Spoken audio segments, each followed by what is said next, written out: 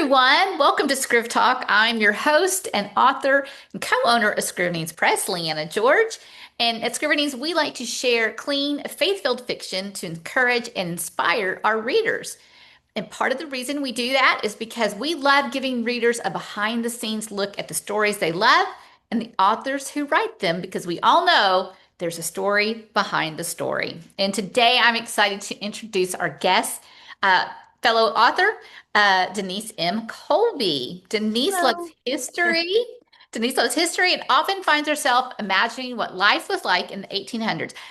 I have no clue why, but okay. As which you'll see in her books, leads to some wonderful storytelling when she's not writing. She enjoys spending time with her family and getting her steps in at Disneyland, which I think is a pretty good combination. Can't complain Mhm. about that. I think she Yeah, even has a season pass, she told us last time. yeah. So she's the author of the Best Laid Plan series, and we're especially excited to talk about her newest release, A Whole New Plan. Denise, welcome. I'm so glad you're here. Thank you. Appreciate that. I'm glad to be here too. Yeah. Speaking of that, just when I was reading your bio, it reminded me I was at Barnes and Noble, of course, this weekend, and looking for a book, and came across one where this modern day influencer who talks about homestead life, and being like a 1800s, you know, uh, In the modern day, like in now. yeah, who wakes up one morning and she's in the 1800s. And all these things that she's been talking about, she has to actually live through. And she made it look so, cool in 2025 or 26, but in the 1800s, it's not so cool. Yeah, I kind of think I would feel the same way with it, actually. So it's funny that you say that. There's something, you know, I think for me, I love historical romance the most because I want to escape from my current situation and what's Mhm. going on. And so that's why I've always read that. I do love history. And, when I'm going through a museum or looking through those things, trying to imagine what it is. The thing that really tipped off this whole series for me is I was on the fourth grade field trip with my oldest son, and we were visiting a one-room schoolhouse near Sacramento, California, which is where I have all this set. And there was a teacher that taught the kids, boys sit on one side, girls sit on the other. They all had to stand up if they needed to address the teacher, really modeling what that was like. And I just thought it was really cool. And then this idea was like, oh, what would it be like to be a teacher during that time frame? And then over on the table, they had a list of rules. And, Mm. the female teacher has to follow a different set of rules than the male teacher. And, what would that been like? And so that's where my first idea came for this whole series. And then my thought was if I had a group come, to West together, and then I could tell each of their stories and that would all be a little different. Yeah. That's what we've been doing. So this new book, A Whole New Plan, is actually the third teacher's story in this series. And it's been fun to change it up and Yeah. to do some things a little differently Yes, with I it. agree because my three books had the same characters. Oh, yeah. And when somebody says, "Are you writing a fourth?" I was like, "No, I'm done with these people. I've enjoyed them, but we've been together for 5 years. We all need to move on." So, I get how it would be fun and exciting to write new stories, new people. Um, which is a perfect segue into your series. Mhm. Can you talk a little bit about the books and give us like an overview and what connects all four stories? I know you said the teacher's moving west, but could Yes. you give us a little bit more without giving too Yeah. much away? Sure. So that was the initial thing was teachers come and they all had a different reason to escape their previous life. Hmm. And that, and those challenges that they ran into, and then what was life like in California. So the very first book, When Plans Go Awry, is Olivia, who's the first teacher. And I think my very first scene I ever wrote was in the train, which people say, never do your entry into travel and stuff like that. And I had all the women talking to each other and stuff like that. But they all have a different reason. And there's another thread through this is I had the main teacher be um oh gosh, I'm blanking on her name right now. It's Harriet Beecher Stowe's sister. Hmm. She actually did have a teacher training school in Cincinnati, Ohio. So that's where they're all coming from. Again, during research and trying to find out, did this exist? Was this a thing? They did. They would teach women and they would just leave their families or whatever and go off and never come back. And their whole thing was about reaching students and teaching them in rural areas where they couldn't get, teachable moments. So what I did is I had her give each of these teachers a journal, and they were to document their journey Mm, of teaching when they went west. So one of the fun things I've done in each of these stories is there's a journal entry in front of every single chapter, that kind of shares you can see their growth and their thread through the whole thing, mhm, but it's written from that teacher's point of view. So in the case of Olivia, she was very protective of her privacy and all of that. And so she didn't open up a lot. She was more documenting, what was around her and stuff like that. And for Jenny, she was a little more emotional, so hers was more about that. And that was book two, A Slight Change of Plans. And then in book three, or this book, it is a fourth book. There's a side book, No yeah. Plan at All, that isn't a teacher story, but there's a catalyst in when plans go awry, and I needed to write some scenes to make sure I got the information correct. And Uh-huh. so that's what that novella is about. And that was fun because it was a side trip, Yeah. that I got to take and do something different. So this book, A Whole New Plan, is Lydia's story, and she is a Pinkerton agent, but she is masquerading as a teacher, so nobody knows that. But she's all about observing and taking notes and clues, and so her journal entries kind of more start that way. Mhm. And then each of them start being exposed to the word and what it's like to have faith in your life and all of that. And so you see that growth, them asking questions, and that the journal, especially in Olivia's point of view, the journal changes to more of a prayer journal, which Mm. is another big thing that's close to my heart. And I really wanted to show people how to write, how easy it is to just do a prayer journal. And so that's where that came from. Uh, So that's part of the thread and the whole when plans go, when what best laid plans, sorry, they all get mixed up in my head. yeah. And originally I was going to have them go to different areas in Northern California. I grew up in the area and I thought I wanted to get to my hometown. Uh-huh. And I had so much fun writing the characters in Washington with the rooster. And if I did that, I couldn't continue with them. Yeah. And so someone asked, well, isn't the schoolhouse like a matchmaker in the midst of all of that? And so I pivoted and went that route with it. Love So that. yeah, so staying in the town, but yet, yeah, and that's the other thing with this new book. Lydia has to go back to Cincinnati to take care of some things halfway through. Okay. So it gave me a chance to not do the same things in Yeah. Washington and do something new and different. So that was Yeah. fun. That is good. That's always good. Yeah. So I know we talked about this in our last video, um, that we did together for the novella that you had coming Hmm. out. But and I mentioned that the title of that one really freaked me out, No Plan at All, because I am such a planner that not having a plan freaks me out just a little bit, right? Hmm. So the idea of plans is woven through every title, which I Yeah. love, right? And I did that with my books as well. But what inspired that theme? Why plans? Well, I think probably at the time when God was putting the stories on my heart, um, I wanted a topic that maybe I even struggle with, and that's about how I'm trying to always have control of what's going on in my life. And really, we can't see where God has planned for us, but sometimes what He plans for us is better. Yeah. And that is really the overarching theme. But each story is a little different, and how the characters struggle with that and what they have. And sometimes we plan things out and we don't even realize we plan things out. And so there's that. And other times we do plan things out on purpose because we're trying to protect ourselves. Yeah. And, natural occurrences happen and things, and we have to just trust and have faith. And I think that was the big reason from that. And it's been really fun. And I loved picking a theme verse for every single book. Um, there's a lot of verses in the Bible about plans, and so it's been fun to have that list and go, okay, what fits these characters the best? What fits this story the best? And play with that. Yeah. And then I've developed some stickers that go with it. Oh, That I'm in my newsletter. I'm going to do a plug. If you sign up for my absolutely. newsletter, I'm doing drawings every month, and someone gets a sticker pack Oh, and by responding to my question. And that's been really fun because they seem to like the stickers.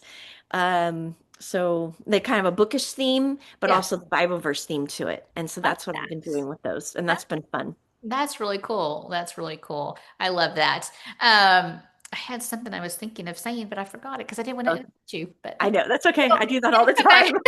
time. It will come back to me. No, I guess what I was thinking was because I had just recently interviewed Gina Holder and asked her about her series, which is called The Game Masters. And I asked her, why that, kind of like I asked you about the plans thing. And she said the exact same thing because so many times we like to think that we're the ones in control of life, right? Like these villains think they're the masters of the game, but actually it's God who's in control, right? Yep. So Yeah. that just keeps popping up. So maybe I need to listen to something about that. Mhm.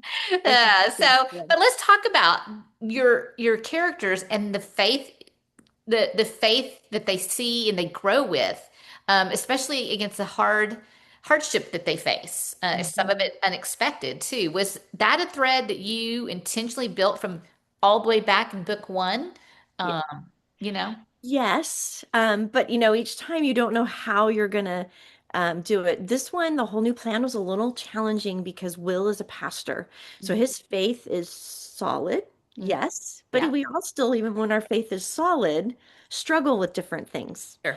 And I'm hoping people don't feel that it's too much scripture, but since he is a man of the cloth and that's his everyday life, Hmm.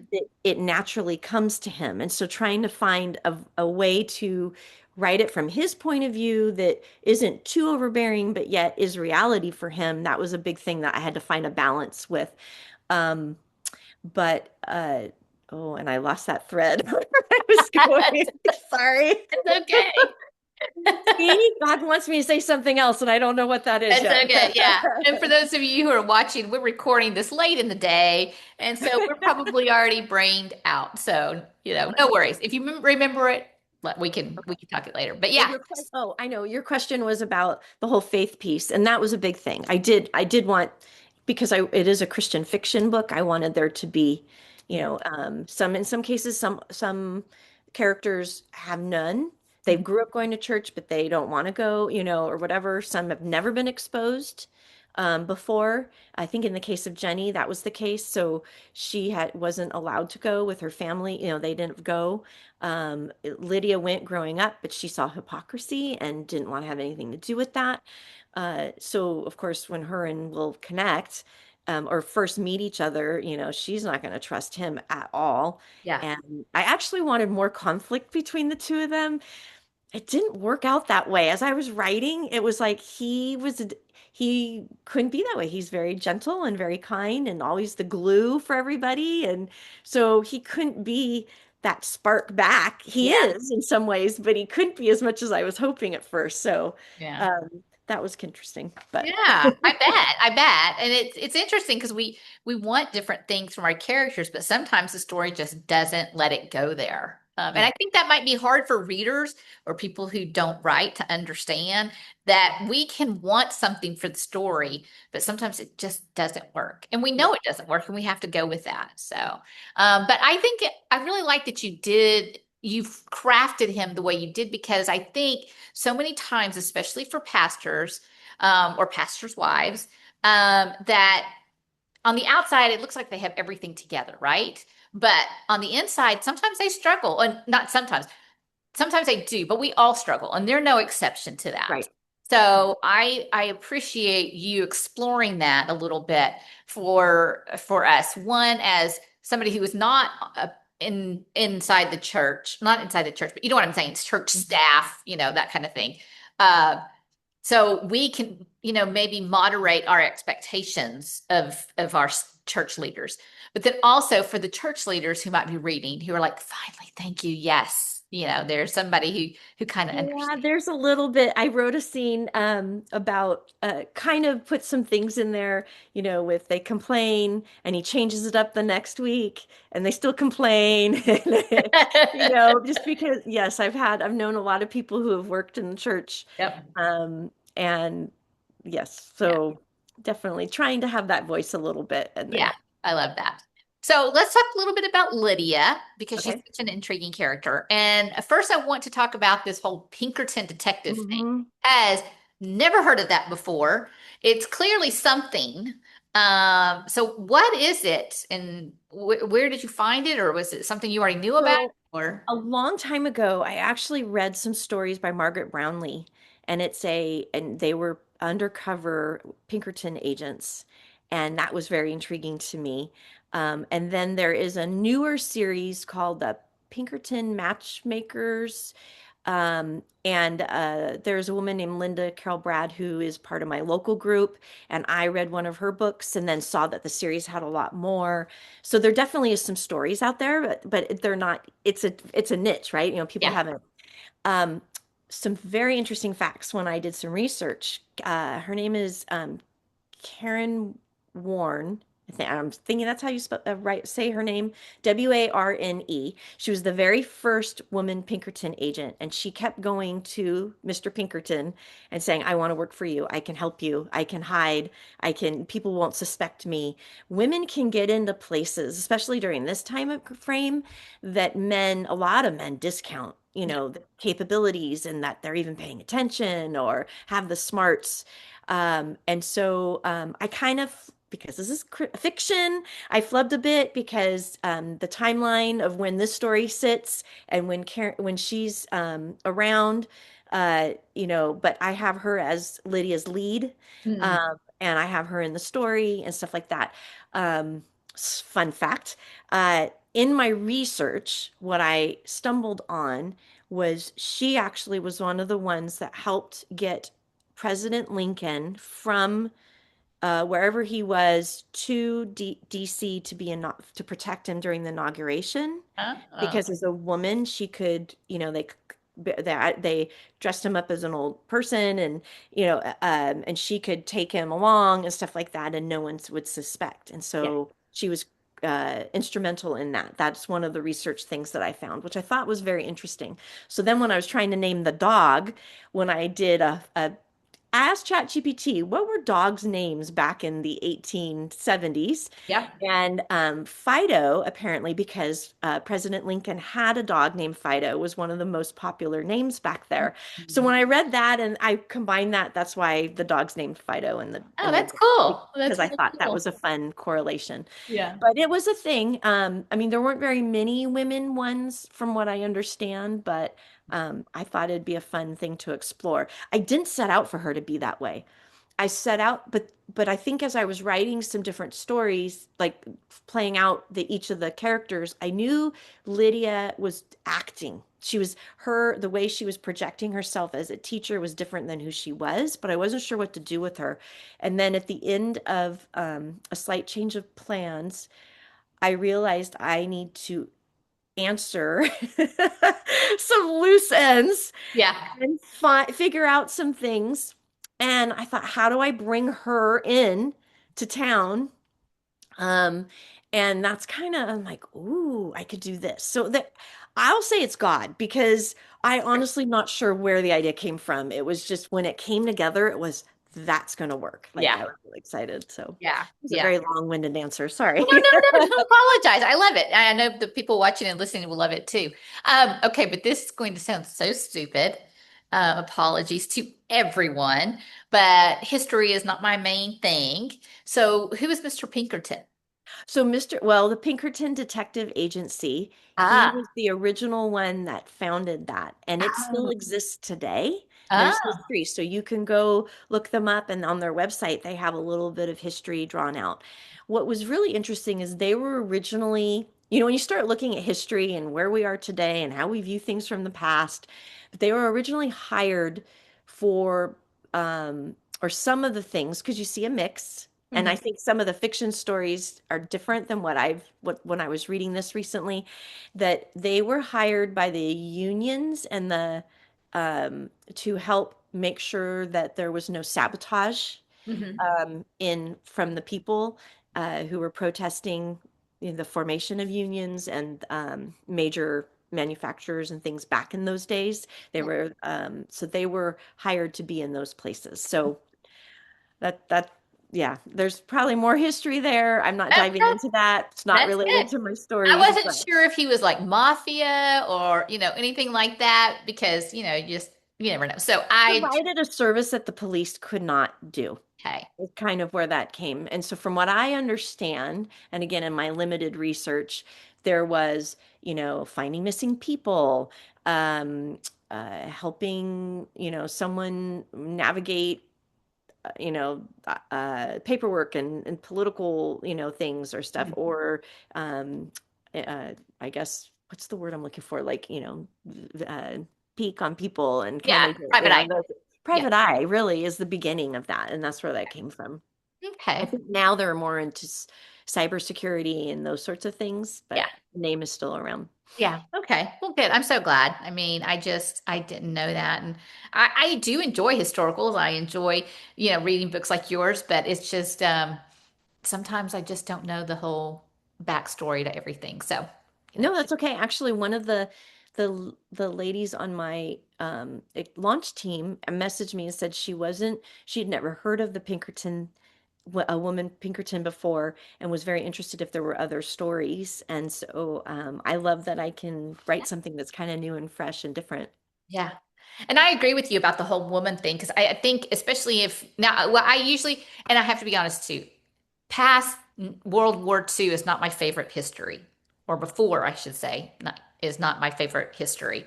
So I love if I will read up to World War II and then go up from there. But same way with World War II, right? So many women were spies because Mhm. men would not have suspected them to be that Right, way because of their what they saw as inferiority. right. So, it makes sense that they would still do that in the 1800s, right? So, And I tried to illustrate that actually in the book and play to that as being part of her strength yeah. and what she's able to accomplish. So Yeah. Well, what's neat is Will, I think, sees that right away in her, where mhm. most men don't. Yeah. So, Well, I just love how you're just segueing into everything I want to ask you perfectly. So they are very different, Will and Lydia. mhm. What made them the right match for each other? Well, I wanted kind of the opposites attract. Uh-huh. Um, and I think again, it goes back to expectations. Will, he is, grew up in Washington, small town. When he, it's known in the first book that he lost his parents, um, and in the flood, his sister Sarah is the heroine in No Plan at All. So he's the only character that really shows up in all four books, and I did not intend for that. And I'm like, that's kind of interesting. Yeah. Like, you don't know as you keep going the importance of your different characters and stuff. So I thought that was interesting. But so I think he just feels he'll stay settled in this small town. He wants somebody to, be that. He kind of wants someone to be that match, but there's no one in town. He's watching all his friends now get married. Yeah. And, so the book opens with Olivia and Luke's wedding, Mhm. which is, you know, the characters from When Plans Go Awry. They finally are going to get married. Yeah. That was fun to write, and so he's very happy for them and excited, but all of a sudden he feels he's on the outside looking in, but yet all the women in the church want to matchmake for him and he doesn't want to have anything to do with that and stuff. So he was intrigued by Lydia at first, but then as soon as he knew she had no faith, he's like, oh no, I'm not going to put on my man hat. I have to put on my church hat, pastor hat, and just be a friend to her. And Luke challenges him, why can't you be both, that sort of thing. So in his mind, what he thinks he's looking for, um, but he's never had adventure. And Mhm. Lydia's going to show him something different. Fun. And they kind of learn how to work together. She's never worked with someone, she's always been independent. Mhm. And so the way they work together kind of surprises them both. Mm. And so there becomes a quiet dependence on each other, but not in a negative way, like almost in a you are better together than you are apart, Yeah. Yeah. that sort of thing. So, Okay. Yeah. So, without giving too much away, what was your favorite scene or moment when you were writing the book? well, I can give this one away because it's really in the very first chapter. Um, so I I wanted so Lydia has a dog with her that kind of just showed up one day and adopted her. And that's Fido. And he's a little lively and decides during the wedding to chase baby lambs and a cow through the wedding reception party thing or whatever.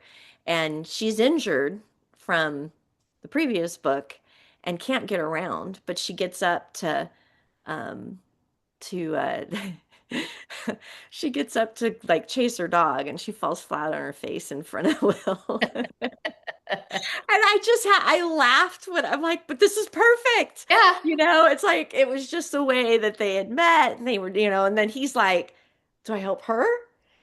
And she's like, go get my dog, like, type Yeah. of thing. And so I hope that wasn't giving too much away, but No, it's no. in the beginning Like you and said, it's at the beginning, so it's you're in the going to start beginning. reading it. Yeah. I did plug in to ChatGPT and it made a great image for this. So, and I know everybody's in different things or, about whether, but it was a really fun, like, oh, it brought it to life for me. Yeah. So I have a graphic I'll be sharing soon Oh, that's good. related to that I scene. mean, I think that's great because sometimes we can see it in our own head, right? I'm like I can see the action happening in my own head. But it's not always that easy for me to get the exact wording or visual so that my readers can see it. Right. And so I think if we can provide them with a visual of what we think what we saw in our brains in a way they can go, "Oh yeah, I see that now." You know. Mhm. I think I it's think my other favorite scene was probably their big kiss scene, and great. I won't say anything more. You obviously want to try to do something different Yeah. time with your words and how they and I just really liked how it came to be. Mhm. Um when I say the big first big kiss because there's other things that kind of happen that leads up to that moment, but yeah, so but that's all I'll say. That's Oh, later in the story and someone needs to read the book in order to right. get to it. So you talked about, historical romance being your thing, but this book has some elements of mystery and danger. Mhm. So did you plan for the series to move in that direction, or was this just No, I something? never thought I would write suspense. I do read romantic suspense and I like it. Uh-huh. Maybe I've read so much that it's just there. I don't Yeah. know. By osmosis, it's like, um, I think when plans go awry was more natural elements, the flood, different things. I wanted something different in book two. And then I started piecing together a thread that could work. Mhm. Um, think sometimes we come up with an idea and, oh, let's try this in. Like I said, later you're like, oh, now I have to piece that together, Right. or I have to answer that, and stuff like that. So, um, I had to come up with some things. And so it became bigger. Like, it's like, I need to figure this out. And I'm like, all right, I'm just going to go there. I remember sending a scene to my critique group. Please tell me if this is too dark. I don't know if I'm okay with this or not. And they're like, no, it's totally fine. But I didn't want I'm still figuring out what my full writing scope is, I guess. Yeah. But it was neat to flex those muscles. I actually enjoy it. So if people like it, then maybe I'll do more of that along with because historical suspense is not really No, as it's not. big. I mean, most romantic suspense novels that come to my mind are generally contemporary. Yeah. So to put one in historical would be a niche all on your own. So Yeah. fun, fun, Yeah. fun. All right. Well, we know we'll discuss what's coming up next. So maybe you Yeah. can. All right. So what is it you want readers to take away from your book? Encouragement, um, hope. I think that's the biggest thing. I want it to be an escape. I don't want it to be heavy. Yeah. I try really hard not to be darker themes or any type of trigger, but yet I want it enough to be interesting Yeah. and keep the reader wanting to know more and what's going to happen. Um, but definitely encouragement, hope, um, and just a feel good feeling afterwards of just, these characters are my friends, or they could be, I'd love to be a part of that family, or that Yeah, sort of thing. I think that's more where I would like to sit on there. And some faith things too, sure. just to encourage, maybe doing a prayer journal, or, and just having that time to think about it. Yeah, I love that. I love prayer journals. Absolutely love. I mean, it's the only way. I was gonna say it's the only way I know how to pray, and that's not true. It's not the only way I know how to pray. I find it to be the most effective way for me to pray. Yes, it keeps me focused Yes, so my my mind's mind not doesn't going all over run. the Yep, place. exactly. I mean, I think it's so. I think it's so misunderstood, but it's true. When I'm writing things out to talk to God about, or whether I'm praising Him, thanking Him, asking Him for things, um, I don't think about the groceries. I don't think about my to-do list because my brain is there, right? And I just imagine myself talking with Him, you Well, know. and as I write things out, sometimes he answers it right then and there of Yes, just a perspective, yes. right? Or something. But it also is a great way to be like, oh wow, look what I wrote here, and look at where I am, where this is today, and oh wow, it's just more of that. Yeah. Yeah. Yeah, I hear you. I hear you. Well, I'm really excited to have a whole new plan out in the world as Thank you. I am too. I'm very yeah, excited. very exciting. If you had to describe a whole new plan in 3 words, what would they be? Oh my goodness. I saw that question and I'm like, I have no idea. Fun. Um, there's some fun scenes, romantic, Yeah, um, and let's intrigue. see. Intrigue. Yeah, that's a good word. That's a good word. I like that. Yeah, I'm not trying to put words in your mouth, but yeah. No, no, I like that because I was like, well, I got multiple words going on in my head because of the whole mystery, suspense thing, but it's more of intrigue, what's going to happen, who's going to, win, the good guys win, or do they not, that Sure, sort of thing. sure. So, So, what's next for you now that you have? Is this the end of the series, or will there be more in the series? well, I originally wanted to have 5 teachers, Huh? so I'm working on my proposal. There are 2 more teachers, and I've introduced them already. Um, Violet is one of them, Okay. and I'm blank. Amelia is the other. And what's funny is when I picked the 5 names, I'm like, oh, these all sound different enough. Didn't sound them out in my voice. So you're like Olivia, Amelia, Lydia. I'm like, oh, need to learn how to do that better because They tell us to not give characters the same names at the beginning, but they fail to tell us to remember the sound at the end. right, very much so. So, kind of playing around with nicknames that I could pull in and stuff with that. But those are the other 2 women that were mentioned initially, and I would like to write their stories. But first, well, there's 2 things going on. First, I'm writing a Christmas story that is another side story from When Plans Go Awry. So it kind of fits within the tail end of that. That is Evelyn, who is the mail order bride in that story. Okay. And she comes to Washington, and there's another piece to that, Okay. that happens off to the side. And I wanted to write a Christmas story, and I thought that would be a fun way to do it. Yeah. So I am writing that one right now. And I also am working on a newsletter um, uh, magnet story Okay. that in When Plans Go Awry, there was an early teacher that showed up a year prior that never made it into the schoolhouse because she got married. She found someone and married right away. That's all I say. And so I decided to write her story. So it's an 8-chapter story. I'm editing it right now. I'm hoping it will be available this summer, Hmm. and it'll be free. But it really introduces the whole thing, she comes and that sort of thing. And so that was sort of fun figuring out what her story was. I Yeah. love, every character you create, you're kind of like, wow, what's the backstory? Because you need to understand that a bit. And Absolutely. then from there, I'm like, oh, I could write a story with her. So now I've got like, so I can keep going.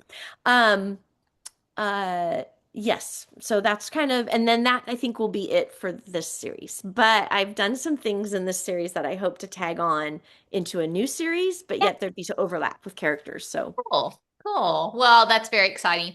We look forward to hearing what you have Thank for you. I us. appreciate that. Your dogs are playing in the Yes, background. they are. I'm like, Lord, we only have a few more minutes, please. I was hoping Ace, who is our black lab, and the one that Fido is kind of modeled after, would Oh, come we pop over up. here so I could show him, Oh, that would be fun. but he's not. He's sleeping somewhere, so he's not Well, interested in my interview at all. no, not at all. No, that would have been fun though. We would have Yep. happily enjoyed seeing him. Well, let's tell everybody how they can connect with you so they can figure out how to hear updates from you and know when you've got something coming out and something to Yeah. share. Very much so. Sign up for my newsletter. I send a newsletter out once a month with edits. I do behind the scenes, as well as any type of book news that's going on between my stories. And then I'm on Facebook and Instagram, Twitter, BookBub, and Goodreads. So you could do that. You can find me on Amazon as well with my book series and sign up and follow me there. If you follow, I think it's BookBub, Goodreads, or Amazon, when there's a new book that gets released, there's an automatic email that gets sent to you that says, "Hey, a new book is coming." And I think that's kind of cool. It is. So, Absolutely. so that would probably be one of the better ways, but Yeah, awesome. All right. Well, thanks so much for joining me thank today, you. Denise. It's been really fun. And I know our readers are going to love getting to know your stories and your heart behind them. Well, So thank you. I very, appreciate very that. excited. So to our viewers, we'll be sure to include links. My dogs are just going off because it's almost time. And they're letting me know. To our viewers, I'll have all the links where you can find all of Denise's books, including her new one, A Whole New Plan, as well as how you can connect with her. If you enjoyed this interview as much as I have, be sure to like, subscribe, and share with a friend who loves Christian fiction as well. So thanks for watching Scriv Talk, and until next time, happy reading. Thanks. Bye. Bye.